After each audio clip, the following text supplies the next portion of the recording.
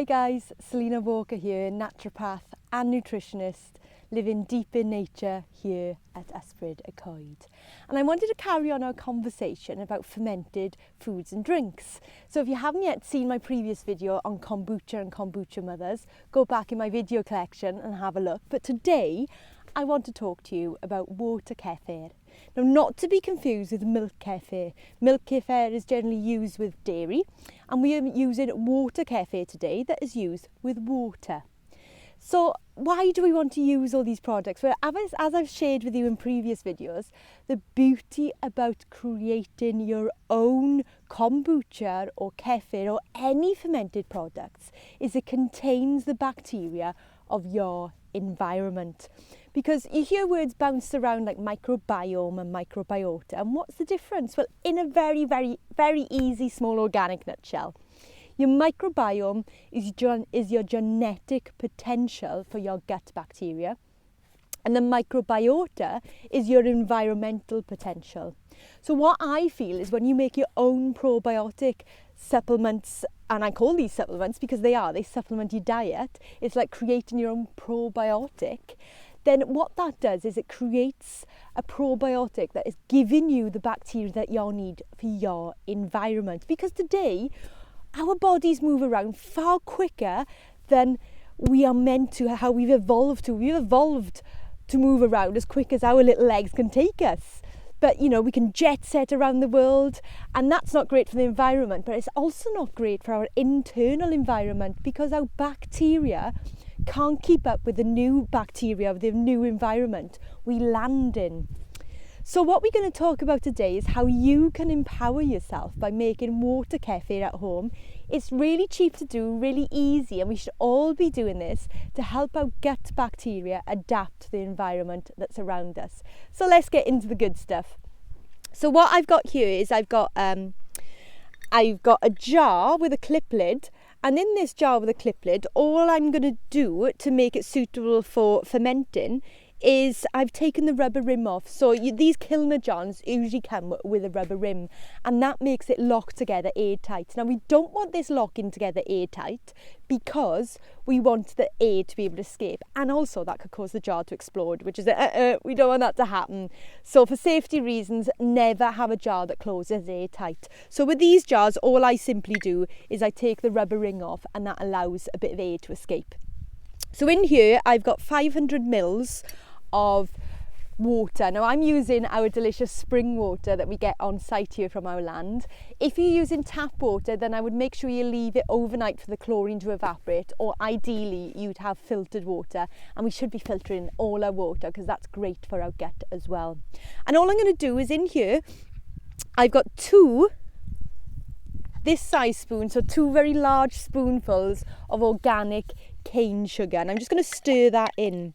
So the reason I use organic cane sugar is because I find that it feeds the bacteria best. You can use coconut sugar, but I always find that it keeps it going the best, and my body is very reactive to sugar. But my body doesn't react to this because the bacteria has gobbled up all the sugars by the time I get to eat it. So it's not sugar for you, it's sugar for the bacteria. But I always buy organic and as raw form as possible. Rapadura is another great form that you can buy. So I'm just stirring that in. So we've got dissolved sugar water. And you can see that's really quick to do. And then what I need to do then is add the bacteria. So you can see I'm using a wooden spoon here. So because water kefir creates an ionic solution, you want to make sure that you use a wooden spoon not to interrupt all those positive and negative ions that are going on in there, and to make sure that you get the right balance. So what I've got here is the water kefir granules. So you can see they just look like little blobs really, and they're a bit jelly-like. And you want to make sure that when you're fermenting that you keep the environment as clean as possible. Now obviously I'm outside here, but that's because it's so much nicer to be outside in the sun today because we haven't had much sun recently. But you just want to make sure your hands are clean and your utensils are clean, which I've done before coming out here. And I'm just making sure that the muck doesn't get in it.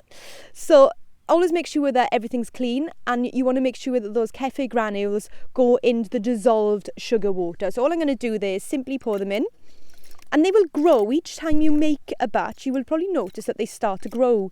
And when you start to get a bit too much in there, then you can just dish them out to friends and get all your friends making some delicious kombucha or kefir, depending on what you're making. So when these granules get too big, I'll just give them to friends, put a shout out on Facebook or social media. Anyone wants some water kefir granules, and then you can donate them. And they'll also keep okay in the freezer. So what I've got in here now is I've got my sugary water solution and I've got my kefir granules at the bottom, which you can see. Now all I'm going to do now is I'm going to add 2 tablespoons of sultanas. Just drop them in. A nice thick fresh slice of lemon. Close the lid. And I'm done. That's it. It's that easy, that simple. It took minutes. And what I would do now is I would leave that somewhere warm at home, and I would leave it ferment for about between 48 and 72 hours. Now those of you that like specific times, I can't tell you a specific time because it's different depending on the environment you were putting it in. But what I will say is what I generally find is the first day bubbles will start to rise, and then the second days the sultanas start to rise, and usually once the sultanas are floating on the top, it's pretty much done. But you can also have put a spoon in, making sure it's wooden, and you don't double dip the spoon, but you can have a sip, and if it tastes too sugary then it still needs a bit longer. And what I would then do is drain it into a bottle, and you can either double ferment that, which I'll be doing another episode on in the future, or what you can do is just simply bottle it up and drink it. So you can see I've got here some I've made earlier. And you can really taste that lemon in it if it's been allowed to ferment for long enough. And it just feels so good. But as with any of these, start slow.